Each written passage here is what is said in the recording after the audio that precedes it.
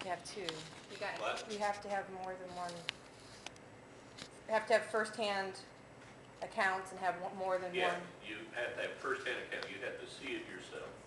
So God's asking Job all these questions that he cannot honestly or legally answer, because anything that he could provide for God at this point in time would be hearsay. Somebody told somebody, told somebody, told somebody, told Job. And there may be a lot of truth in it, but you know how things go when it gets repeated 20 or 30 times. About like making a Xerox copy of something 20 times, it's not near as clear and not near as accurate as it was when you made your first copy. Okay? So, you have to be present to answer all these questions. So, why is God starting out this way? What do you think? Showing he doesn't know everything. Hmm? To show he doesn't know everything. Yes, to humble Job, to let him know, you don't have all these answers, Job. You don't know everything that's going on behind the scenes. You don't know all the good the book of Job's going to be 400 years from now, 4,000 years from now. You don't know about the group at Bob's Chapel that's going to be studying it someday and learning about my sovereignty, and learning about my power, and learning about my compassion, and learning about how even though you may not be able to see me, I'm still there and I'm still in control. So, you know, he's saying, yeah, Job, you got a lot of questions, but you need to realize that you don't have all the answers, and that I'm God, and I do, and I'm in charge, and this was done for a purpose. Do you think God would ever do anything like he did to Job if there wasn't some alternate purpose involved? No. He would never ask Job to go through this. If you go to James chapter 1, it says, every time we go through a trial, it's to build our faith, it's to build our patience, it's to make us better people and a better witness to the things that God wants to tell the world of unbelievers.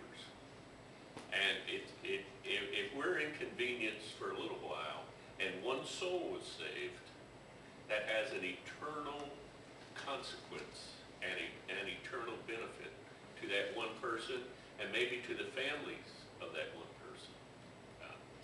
There was did I tell you about the shoe salesman that died, and on his deathbed, his wife was trying to comfort him, and he said, I dread to go before God with only one soul to present to him. And the one soul was Billy Graham. Or Billy Sunday, which was the Billy Graham of 1900. He was the big evangelist of the 1900s. The one soul was Billy Sunday, and millions upon millions of people have been saved because of Billy Sunday, and then became preachers and went out and saved more. And you think when he got there and said, I only have one soul to present to you, what do you think God said? Oh my, you have millions. You have millions. And so we don't know the consequences. We don't know what our words today are going to mean to somebody tomorrow. Okay. So let's start with 8 and go to 11. Who shut up the sea behind the doors when it burst forth from the womb? When I made the clouds its garment and wrapped it in thick darkness. When I fixed limits for it and set its doors and bars in place. When I said, this far you may come and no farther. Here is where you proud waves halt. Okay, what's being described here, do you think?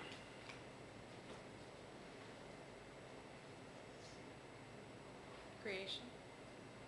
Anybody want to take a shot? Creation? Hmm? Creation? Yeah. The first period of time after creation. Creation and the next 1,500 years. condition of the world prior to Noah? How many continents were there? One.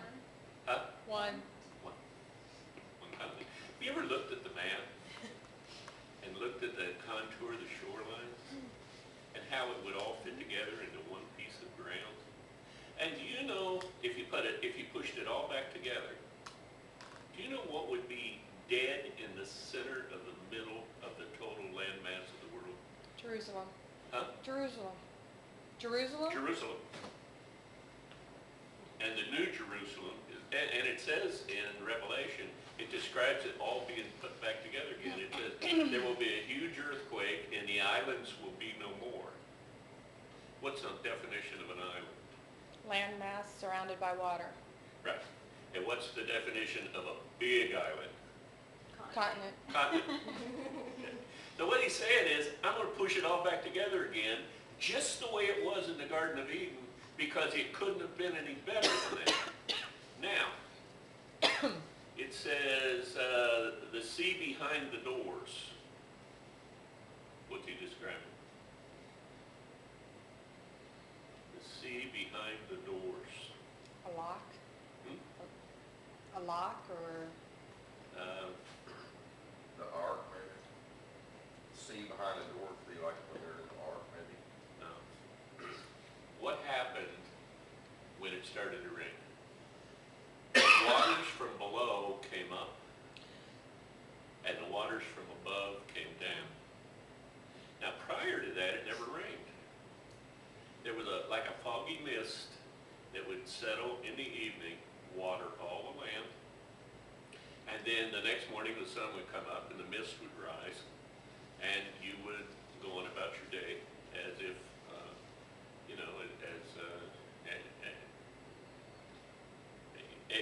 there was never any rain, there were never any storms, there were never any tornadoes. There was this gentle watering at night, and then it would rise, and you'd go on about your day.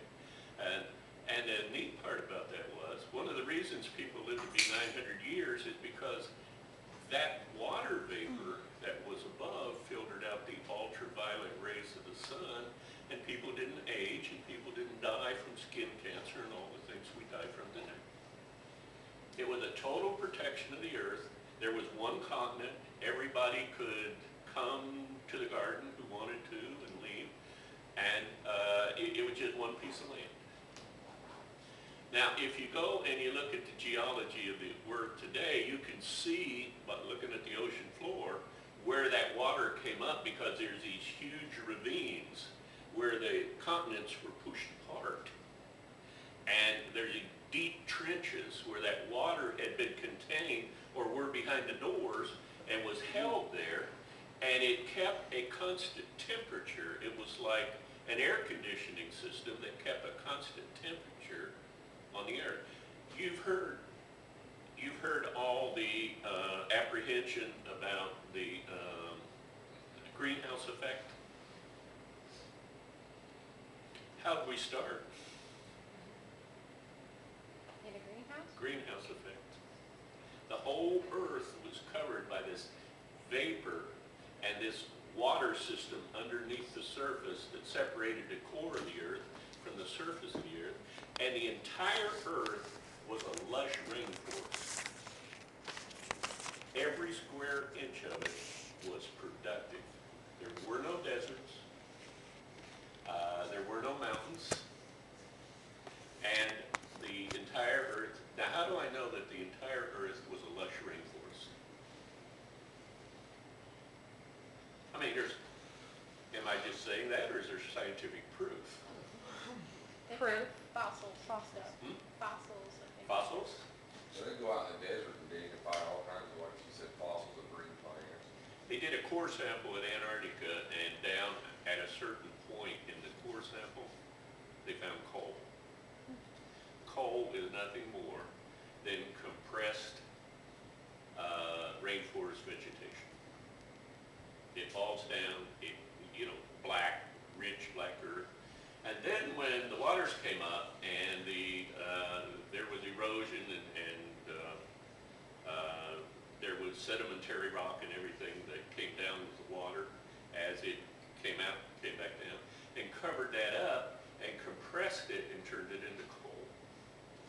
But they have found coal in everywhere in the earth that they've done a core sample, which says that at one point in time, there was rainforest vegetation on every square inch of the earth.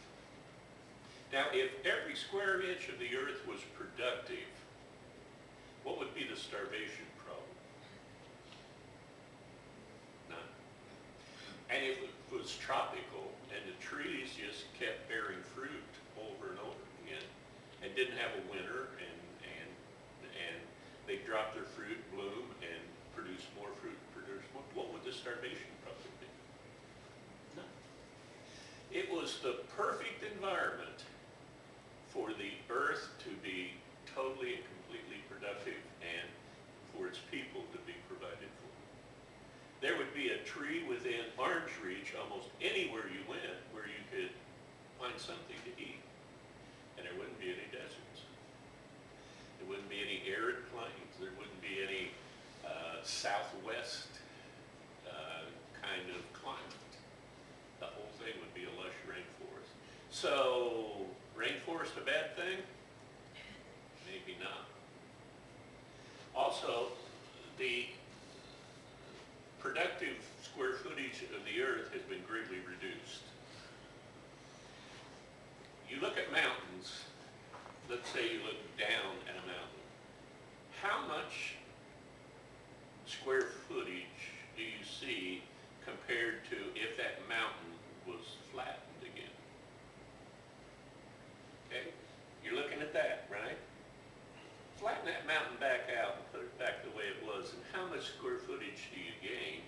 And if it's more or less a rolling plain, how much erosion would you have? Almost none. Okay? And you wouldn't have these high altitudes that were not productive. You know, if you go out in the mountains, you have a tree line. And above that tree line, it's too cold, it's too barren, and there's too much winter for a tree to have enough summer to actually root and grow. So you wouldn't have tree lines. You wouldn't have barren waste. If you put that all back down together again and spread it out the way it was, what do you think would happen to the Atlantic Ocean? Take the Appalachians, take the White Mountains, take the, what are the mountains in Missouri? Ozarks. Ozark. The Rockies, the Bighorns. Take them all and push them back down the way it was. And then go over to Europe and take the Urals and the Alps. the Alps and all those mountain ranges, push them back down and spread the land out again. What do you think would happen to the Atlantic Ocean? Pinch back to nothing. It'd be a river. Because there's been some erosion. Okay, the shorelines have eroded. Another thing you can check if you want to just go from a scientific standpoint, if you go up to Maine and look at your shoreline, you find a granite shoreline. If you go over to Sweden and Scotland and those places, what do you think the shoreline, straight across, what do you think their shorelines are made out of? Granite. You go further south, it starts getting sandier. You go further south into Spain and like France, what do you think their shorelines are? Sandier. And you can go across the ocean on the latitude, and you can take a latitude and check the east side of the ocean and then check the west side of the ocean, and you will find that they're made out of the same thing.